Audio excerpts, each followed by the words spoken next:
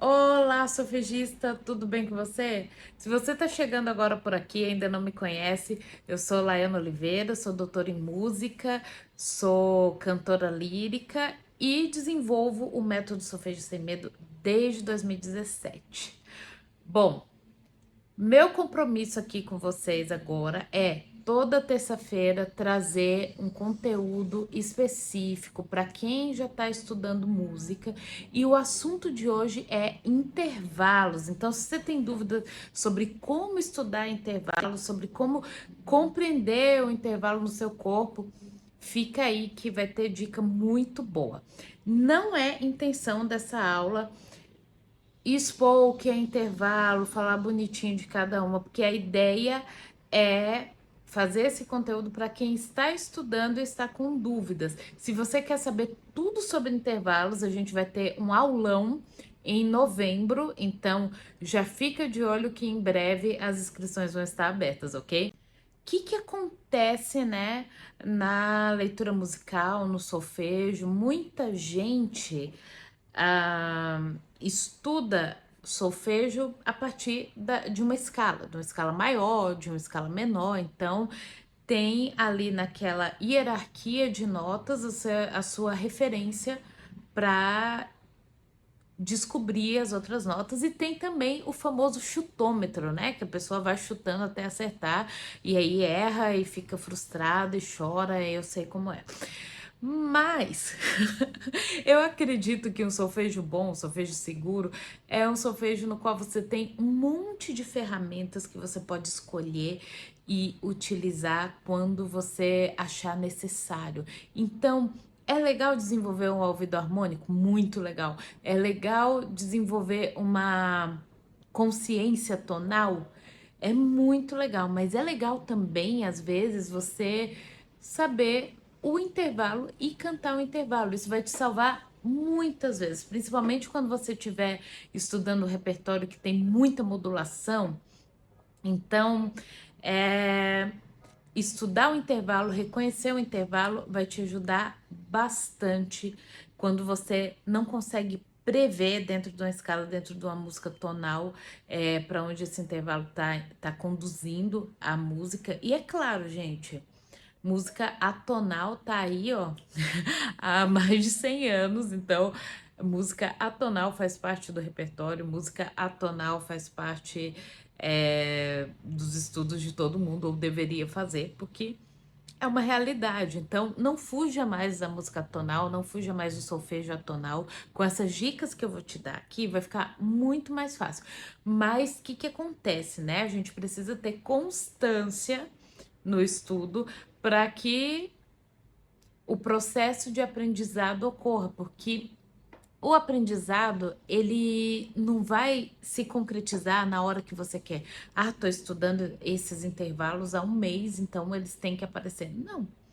Acontece alguma coisa aqui e quando o processo tiver terminado, você vai saber, mas enquanto isso, é muito importante que você tenha ferramentas para lidar com esses intervalos. E uma coisa que eu não gosto de verdade quando se trata de estudo de intervalo é você lembrar da referência de uma musiquinha para você cantar esse intervalo. Por quê? Porque todas as melodias que a gente lembra elas com harmonia, mesmo que a harmonia não esteja tão clara ou você não esteja ouvindo a harmonia. Mas, por exemplo, né? Se eu pego uma música super conhecida como vai ser parabéns pra você todas as vezes, né? Quando você canta parabéns pra você, você sabe que são esses acordes. E aí, mas se fosse assim, né? Parabéns pra você. Você ia achar estranho, você ia saber que tá errado. Por quê? Porque quando você pensa numa melodia, você automaticamente pensa nos acordes que combinam com ela. Se você está estudando a segunda na sua música e traz o parabéns para você, você não está trazendo só a sequência de notas, você está trazendo a harmonia. Entende? Então, por isso que eu não gosto de lembrar de musiquinha para estudar intervalo. Mas tem muita gente que fala: "Ah, não, faz sentido para mim, eu gosto de estudar, dá certo". OK. Mas é muito interessante se dá certo para você, você pensar nisso como uma ferramenta, uma entre várias, e não apenas esse como um caminho certo, ok? Então, já que é ruim estudar pensando em musiquinha, como é que a gente vai estudar intervalos? Como eu passo para os meus alunos, né? Você tem 3 formas de estudar intervalos que precisam ser integradas. A primeira é ouvir comparação entre um intervalo e outro para o reconhecimento auditivo do intervalo. A segunda coisa é o reconhecimento na leitura musical. Todas as vezes que eu falo para os meus alunos, me diz quais são todos esses intervalos da melodia que você está cantando, a taxa de erro cai muito, a taxa de desafinação cai bastante, porque você se conscientiza do intervalo que você tem que cantar. Então, essa é a segunda coisa, é reconhecimento na leitura. E a terceira coisa é cantar o intervalo. Ok? E aí, quando a gente entra nesse cantar o intervalo, já que o nosso corpo é nosso instrumento, tem umas particularidades, né? A gente tem duas informações sobre intervalos. A primeira é quantos tons e semitons cada intervalo tem. A segunda coisa é onde no meu corpo eu sinto esses intervalos. Por exemplo, né? Se eu canto intervalo na região grave, eu, Laiana, eu acho que a minha sensação é que a distância é menor. Se eu canto no agudo, eu acho que eu vou ter que ter um pouco mais de empenho corporal para chegar nessa nota. Ou seja, eu tenho um lema que é trabalhar bem para trabalhar menos. Se você pega um solfejo e tem um intervalo lá na região aguda e você canta com a vozinha, vai ser bem difícil você cantar afinado, entende? Esse intervalo. Então, se você vê um intervalo na sua região aguda, já traz o empenho corporal, já traz o apoio. Se você não é cantor, não sabe o que é apoio, pensa na condução de ar, pensa em cantar. Faz esse exercício, né, de soltar com S. E sentiu a saindo de você, então, mais ou menos, eu não tô dando aula de técnica, tá? Mas é o mesmo empenho que seu corpo teve para soltar o ar, tenta conduzir para você cantar essa nota. Então, por exemplo, dó sem empenho, dó conduzindo o ar. Então, isso é uma coisa que ajuda muito, ajuda bastante, ok? Então, é isso. Tenha em mente que o intervalo ele possui a sua distância, mas que a sua percepção do seu corpo produzindo esse intervalo pode variar de acordo com a região da nota, com a região que você está cantando, região da sua voz. Ok? E aí, como estudar intervalos? A gente tem aqui o teoria.com, que é um site super legal para estudar intervalos, para estudar tudo de música, na verdade. Ele tá em inglês e tá em espanhol, mas tem aquela ferramenta do Google também que traduz, e aí você tem vários exercícios grátis.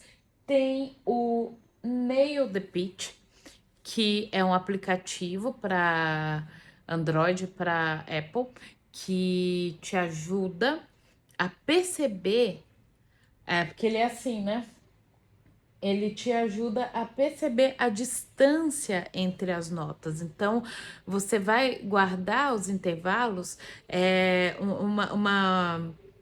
vai guardar esse gráfico, né? Qual é o tamanho de uma quarta? Qual é o tamanho de uma terça? O tamanho de uma segunda? Então, isso vai te ajudar bastante a memorizar os intervalos ou a memorizar o caminho para você chegar nos intervalos. E muito parecido com teoria.com, a gente tem o ouvido perfeito, que é também um aplicativo para Android, para iPhone, em que você pode estudar tudo de teoria musical, inclusive a parte de intervalos é muito boa. E como estudar intervalos? Vou estudar tudo de uma vez?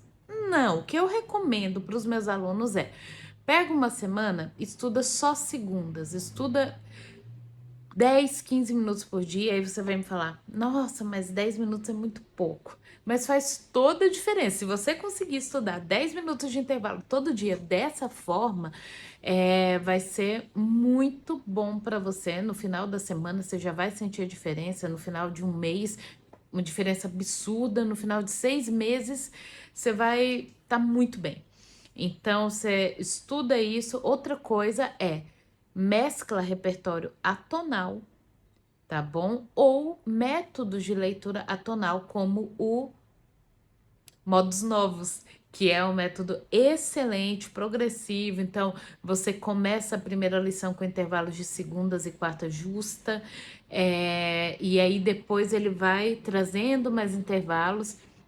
E é uma forma de você estudar, sair do contexto do intervalo puro para um contexto musical. Então, quanto mais intervalos, quanto mais métodos de leitura atonal e quanto mais associação entre os intervalos você fizer, mais fluente você vai ficar. De verdade. Fico muito, muito, muito feliz se você chegou até aqui. Me pergunte se você tem alguma dúvida. E é isso. Vamos juntos. Vou deixar uma caixinha nos stories para vocês colocarem que assunto vocês gostariam de ter aqui na outra terça, ok? Beijão, tchauzinho e boa semana para vocês.